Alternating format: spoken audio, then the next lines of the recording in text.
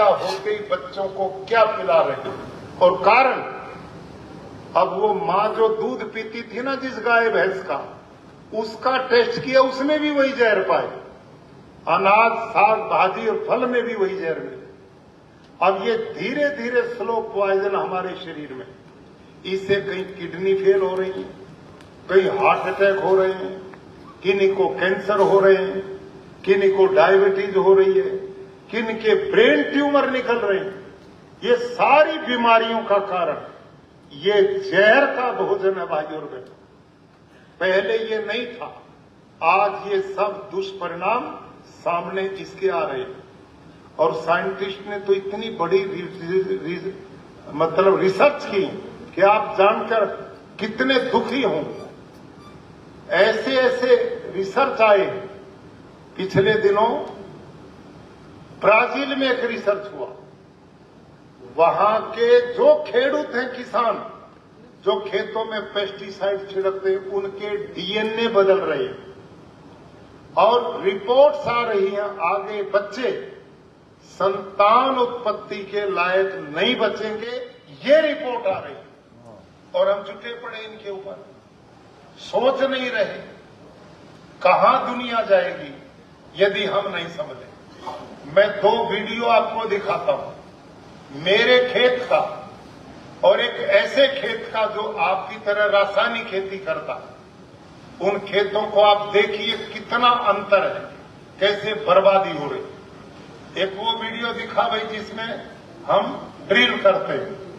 और ये किसान भाई और बहनों, ये देखो 5 जून 2024 की एक घटना है कि गुरुकुल ज्योतिसर जिला कुरुक्षेत्र में छात्रों की संख्या बढ़ने के कारण हमने अपने पड़ोसी ऐसे एक किसान से 5 एकड़ जमीन लीज पर ली जिसमें छात्रों के लिए ग्राउंड बनाया जा सके। उसकी फेंसिंग के लिए प्रबंधक समिति ने निर्णय लिया कि उसमें ड्रिल मशीन के द्वारा जमीन में होल करके पाइप लगाकर उसमें तार फेंसिंग की जाए ताकि बच्चे अंदर सुरक्षित रह सकें। तो उसमें ड्रिल मशीन से जब हम छिद्र करने लगे तो जोर लगा करके भी 63 सीसी का इंजन उस भूमि में 2 इंच से ज्यादा छिद्र नहीं कर पाया। और दूसरी जगह जब होल किया वहां पर भी मशीन फेल हो गई। लेकिन फिर हमने विचार किया कि यह जमीन इतनी कठोर क्यों है। क्या गुरुकुल कुरुक्षेत्र की जिस जमीन में हम प्राकृतिक खेती करते हैं, क्या वो भी जमीन इतनी कठोर है? तो हम ड्रिल मशीन को गुरुकुल कुरुक्षेत्र के खेतों में लेकर के गए।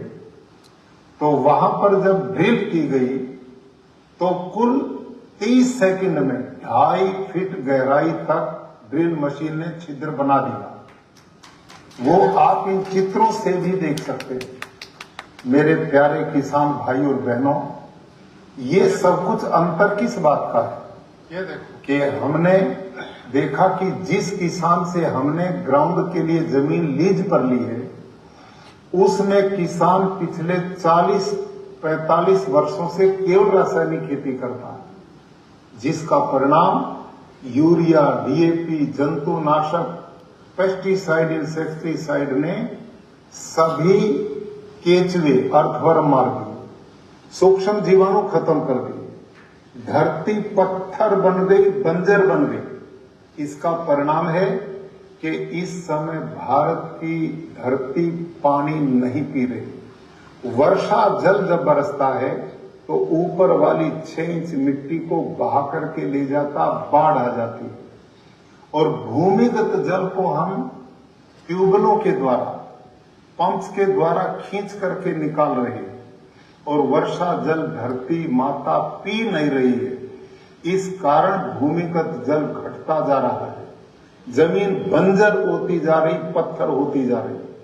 जबकि गुरुकुल कुरुक्षेत्र के प्राकृतिक खेती फार्म में कुल 30 सेकंड में आपने देखा है दृश्य, हाँ देखा।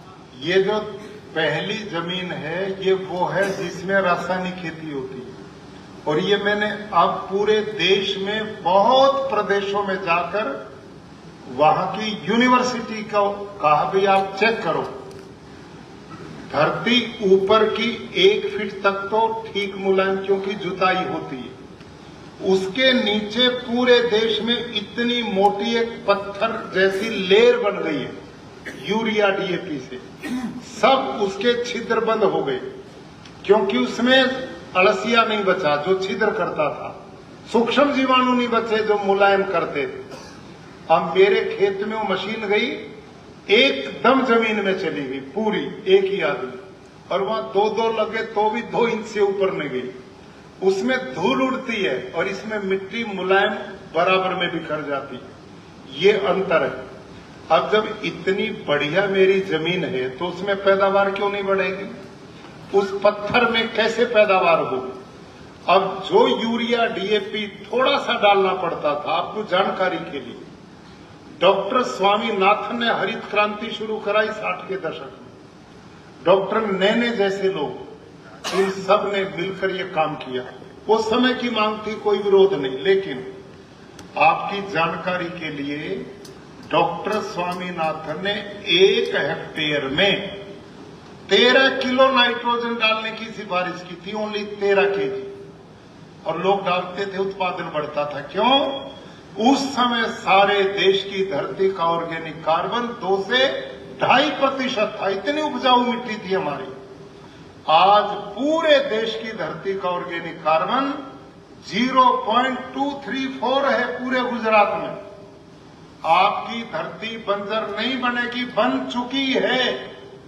आप जितने बैठे हो ना यहाँ, आप गांव में जाओ, मिट्टी के सैंपल लो और लैब में भेजो, एक भी आप में कोई आके मेरे से मिलना राजभवन, और कोई बता दे कि आपकी मिट्टी का ऑर्गेनिक कार्बन 5 से ऊपर है, 0.5 से, एक का भी नहीं है।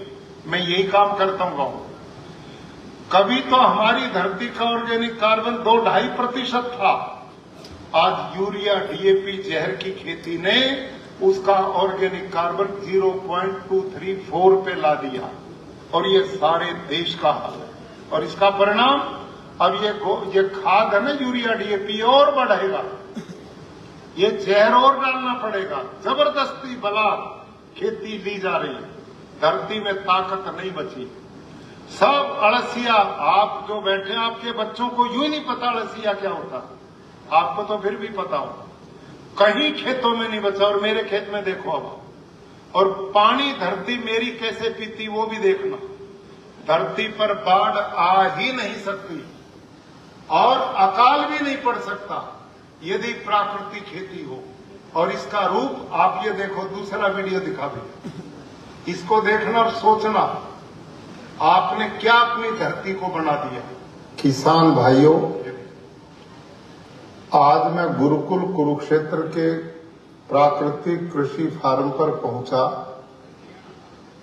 आप सब जानते हैं कि पिछले 10-11 जुलाई में उत्तर भारत में भारी बारिश हुई है, और कुरुक्षेत्र में भी ये वर्षा पर्याप्त मात्रा में हुई, जिसके परिणाम स्वरूप सभी लोगों के खेत लबालब पानी से भर गए। ऐसी स्थिति में गुरुकुल कुरुक्षेत्र के प्राकृतिक खेती के अंदर जो केचुआ है, अर्थवर्म है, अड़सिया, वो एकदम धरती से बाहर निकला। ये देखो, और जो रास्ते हमने चलने के लिए खेतों के बीच में बनाए हैं, उनके बीच में आप देख सकते हैं कितनी बड़ी संख्या में केचुए रेंग रहे हैं, चल रहे हैं। और हमारे एक एकड़ में 8-10 लाख तक केचुआ काम करते हैं, और ये भूमि में 8-10 फुट तक यूं सीधा छेद बनाते हैं, दूसरे छेद से ऊपर आते हैं, इससे जाते हैं और इससे आते हैं। इसका परिणाम क्या है कि धरती के अंदर जितना भी ये पानी वर्षा का है, ये देखो परपोटा, उन छिद्रों के द्वारा ये धरती माँ के पेट में जा रहा है। ये जो दूसरा आप चित्र देख रहे हैं, इसमें पानी में बुलबुले उठ रहे हैं। परपोटा देखो, ये सारा का सारा पानी केंचुओं के द्वारा बनाए गए खेतों में छिद्रों में प्रवेश कर रहा है और पड़ोसी खेतों में पानी भरा खड़ा है, उससे फसलें बर्बाद हो रही हैं। लेकिन हमारे खेत का जितना भी पानी था वो केंचुए द्वारा बनाए गए छिद्रों के द्वारा सारा धरती माँ के पेट में चला गया। यह है नेचुरल वाटर हार्वेस्टिंग सिस्टम। अब बंद कर दो भैया, इसके लिए बंद कर दो। सर देखा आपने, ये प्रैक्टिकल है। ये मेरे खेत है, आपने देखे। हमारे यहाँ कितनी भी बारिश हो जाए, अगले 22-24 घंटे में पानी नहीं रहता। सारा का सारा अड़सिए ने जो छिद्र बनाए उनसे सारा धरती माँ के पेट में चला जाता, तो धरती का अंडरग्राउंड वाटर अपने आप ऊपर आ जाएगा।